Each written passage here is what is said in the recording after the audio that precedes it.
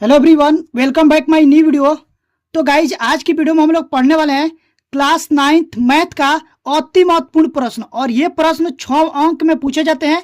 और ये प्रश्न है कि संख्या 0.6 के ऊपर बार को p बटा क्यू के रूप में व्यक्त कीजिए, जहां p व q एक पूर्णांक है तथा q नॉट इक्वल टू 0।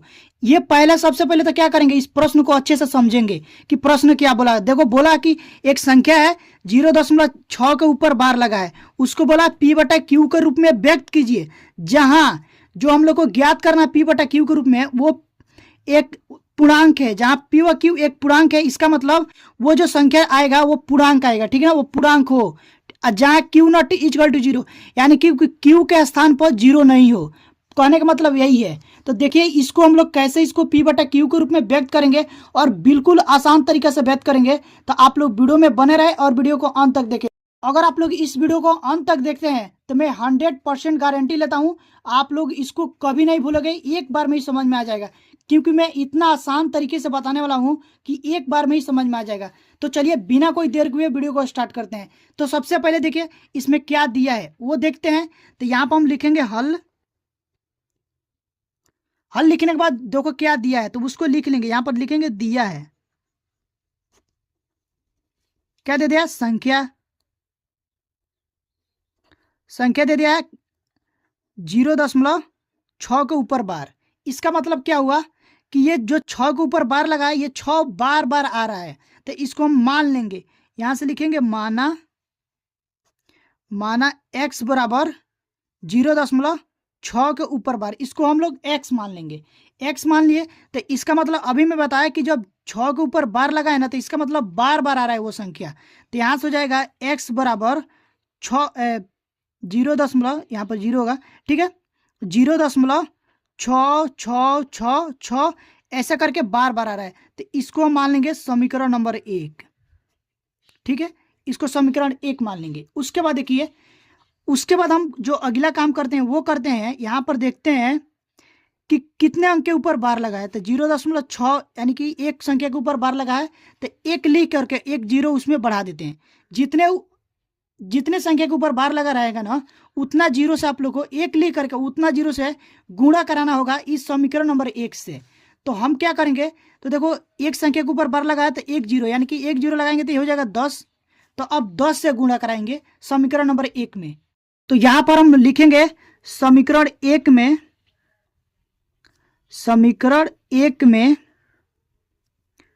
10 से गुणा करने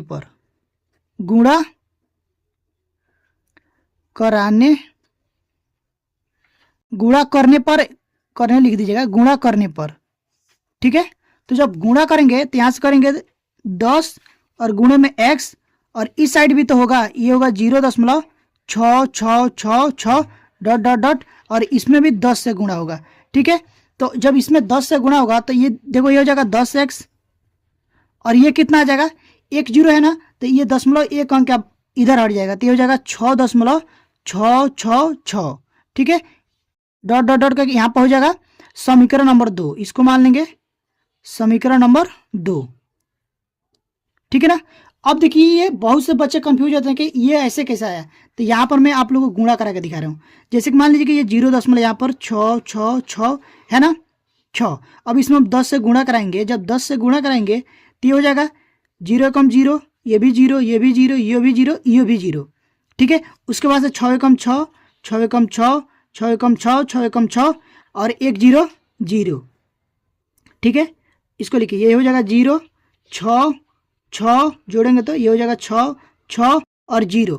अब यहाँ से हम लोग देखेंगे कितने अंक के बाद 0 है, तो 1 2 3 4 अंक के बाद है ना। तो यहाँ से देखेंगे 1 2 3 4, तो जब 4 हट गए तो यहीं पे तो दशमलव लगेगा, तो ये क्या हो जाएगा, ये हो जाएगा 0.6 ऐसा चलते जाएगा। तो देखो इसको हम ऐसे लिख सकते हैं, ये भी 6 ही है, 0.6 ही होता है, तो हो जाएगा 6.666।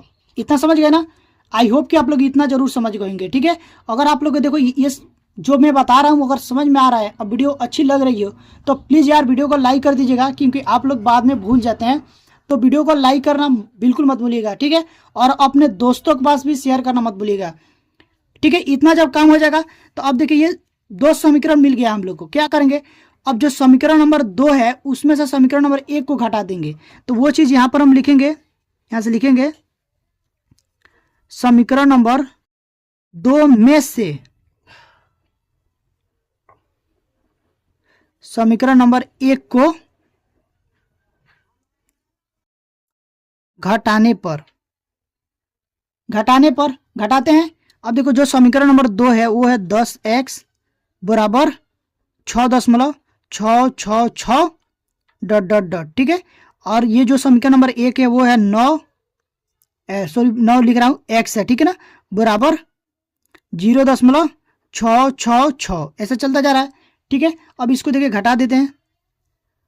तो जब हम इसको घटाएंगे, ये देखो ये 2 है और ये 1 है, समीकरण नंबर 1। ठीक है, जब इसको घटाएंगे तो हो जाएगा 6 में से 6 गया 0, 6 में से 6 गया 0, फिर 6 में से 6 गया 0 और 6 में से 0 गया 0, दशमलव तो दशमलव बराबर, देखो 10x में से x निकलेगा तो कितना बचेगा 9x। ठीक है, अब यहां से हो जाएगा 9x बराबर 6.00 है ना, तो देखो दशमलव के बाद 0 का कोई वैल्यू नहीं रहता है, तो इसको हम ऐसे लिख सकते हैं 9x बराबर 6। ठीक है, तो अब यहां से हो जाएगा x बराबर 6/9। क्यों, क्योंकि 9 इधर गुणे में इस साइड आएगा तो भगे में हो जाएगा। तो ये देखो ये p/q के रूप में आ गया है, p/q के रूप में आ गया है। अब देखिए यहाँ पर जो 6 है, 6 व 9 ये क्या है, दोनों पूर्णांक है, दोनों क्या है, पूर्णांक है। ठीक है, और यहां पर क्या है, जो q का मान है q बराबर 9 है, यानी कि नॉट इक्वल टू 0। ठीक है, q का मान 0 नहीं है, जो प्रश्न में बोला गया था। देखो कि जो p व q है ना, देखो ये p/q के रूप में आ गया, यानी कि भीम के रूप में आ गया है।